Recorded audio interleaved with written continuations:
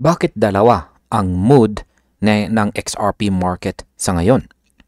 Sa video na ito ay pag-uusapan po natin kung bakit parang hati ang personality ng XRP ngayon at bakit dalawang market ang nagbibigay po ng dalawang magkaibang signal.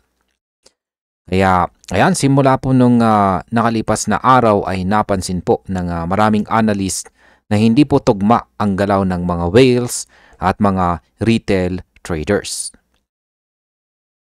Ang price action po ay stable pero ang liquidity flow ay chaotic.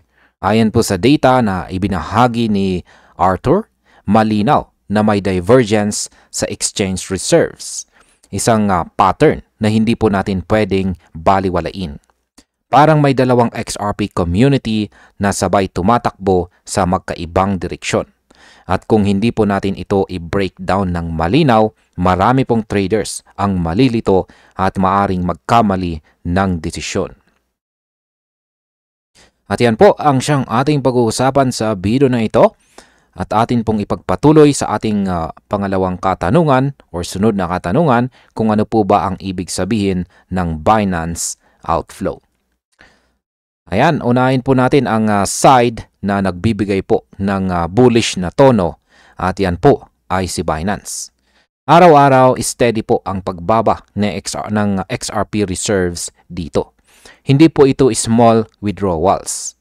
Whales po mismo ang kumikilos. Kapag lumilipat po sila ng holdings of exchange, kadalasan ang ibig sabihin nito ay long-term accumulation. Para bang sinasabi ng mga malalaking holders na relax lang, hindi kami nagbebenta, naghahanda kami. At tandaan natin, kapag lumiit po ang available supply sa isang major exchange tulad po ni Binance, nagiging mas sensitive sa XRP sa demand spikes. Isa pong malakas na buy volume lamang. Ang isang malakas na buy volume lamang ay maaari pong mag-push or magtulak pataas ng presyo. Ngayon ay bakit po ba opposite ang galaw ng Korean exchanges? Ngayon ay dito po papasok ang other half ng drama, ang Korea. Lalo na ang upbeat at saka beat tam. Dito, kabaliktaran po ang nangyayari. Tumataas naman ang reserves ng XRP. Kapag ganyan po ang pattern, madalas ibig sabihin ay active selling o short-term profit taking. Alam naman natin na ang mga Korean traders ay mabilis pong mag-react sa volatility. Konting uncertainty lamang, nagla-lock-in na sila ng kanilang gains. Kaya habang bullish po ang Western market, defensive naman ang Asia. At dahil malaki po ang Korean volume sa XRP, nagiging mabigat po ang pressure kapag sabay-sabay silang nagbebenta. Ngayon ay ano naman po ang resulta ng dalawang mood na ito? Yan, dito po nagiging tricky ang sitwasyon. May dalawang klasing energy ang XRP market ngayon. Ang accumulation mood sa west at ang profit-taking mood sa east. Parang may dalawang kapangyarihang nagtutulak sa price structure sa magkasalungat na direksyon. Ang global sentiment, tuloy ay nagiging uneven. Hindi ganap na bullish pero hindi rin ganap na bearish. Ito po ang dahilan kung bakit maraming traders ang nagsasabing confusing ang behavior ng XRP nitong kamakailan lamang.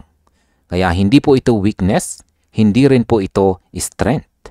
Isa itong transitional phase na kailangang bantayan ng maingat.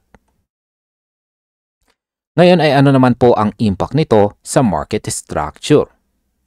Yan, kapag lumiit ang supply kay Binance, nagkakaroon po ng bullish foundation. Pero kapag sabay na dumadami ang supply sa Korea, naglalagay po sila ng friction sa momentum. Parang nag-a-adjust ang engine ng XRP. Pilit umuusad pero may humihila pabalik. Ito po ang tinatawag na liquidity tug of war. At kapag nandito po ang market, madalas mabagal at irregular ang price movement. Kung hindi po aware ang trader, maiinis siya sa slow action. Pero kung expert ang tingin mo dito, mapapansin mong nagbuo sa XRP ng setup para sa kanyang next big move. Ngayon, bakit po ba importanteng bantayan ang signals na ito? Ang mga exchange reserves ang isa sa pinakamaagang indicator ng sentiment. Ang mga withdrawals, ibig pong sabihin niyan ay confidence. Ang mga rising reserves, ibig pong sabihin niyan ay hesitation. Ngayon, dahil split ang signals, mali kapag price lang ang tinitignan. Ito po ang dahilan kung bakit maraming retail traders ay naliligaw. Nakatingin po sila sa candle pero hindi po sa liquidity landscape. Ang behavior po ni XRP ngayon ay hindi po simpleng fluctuation. Isa po itong real-time evidence na iba ang priority ng bawat region. At kung hindi mo naiintindihan ang flow, madali kang maipit sa maling side ng trade. Ngayon ay ano po ba ang dapat po nating bantayan ngayong linggo? Yan, simple lamang po pero critical. Una, kung tuloy-tuloy po ang Binance outflows, ibig sabihin ay tighter liquidity at saka potential bullish pressure. Pangalawa, kung lumalaki pa rin ang reserve sa Korea, expect more selling pressure at saka resistance sa breakouts. Pangatlo, bantayan po ang volume shift, lalo na kung biglang tumaas ang Western volume habang humihina ang Korean. Dito malalaman kung aling trend ang magdodominate.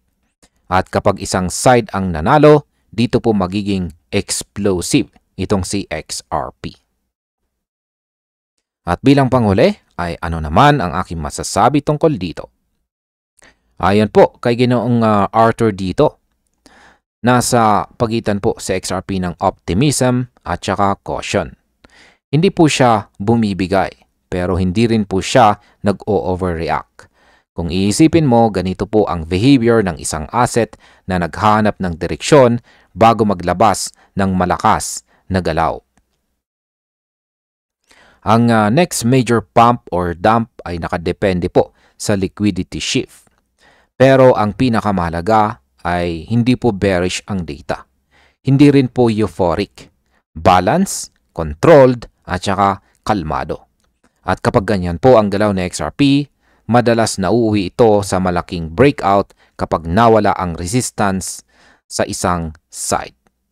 At ayun, hanggang dito na lamang po tayo sa video na ito mga ka-crypto. Maraming salamat sa panonood.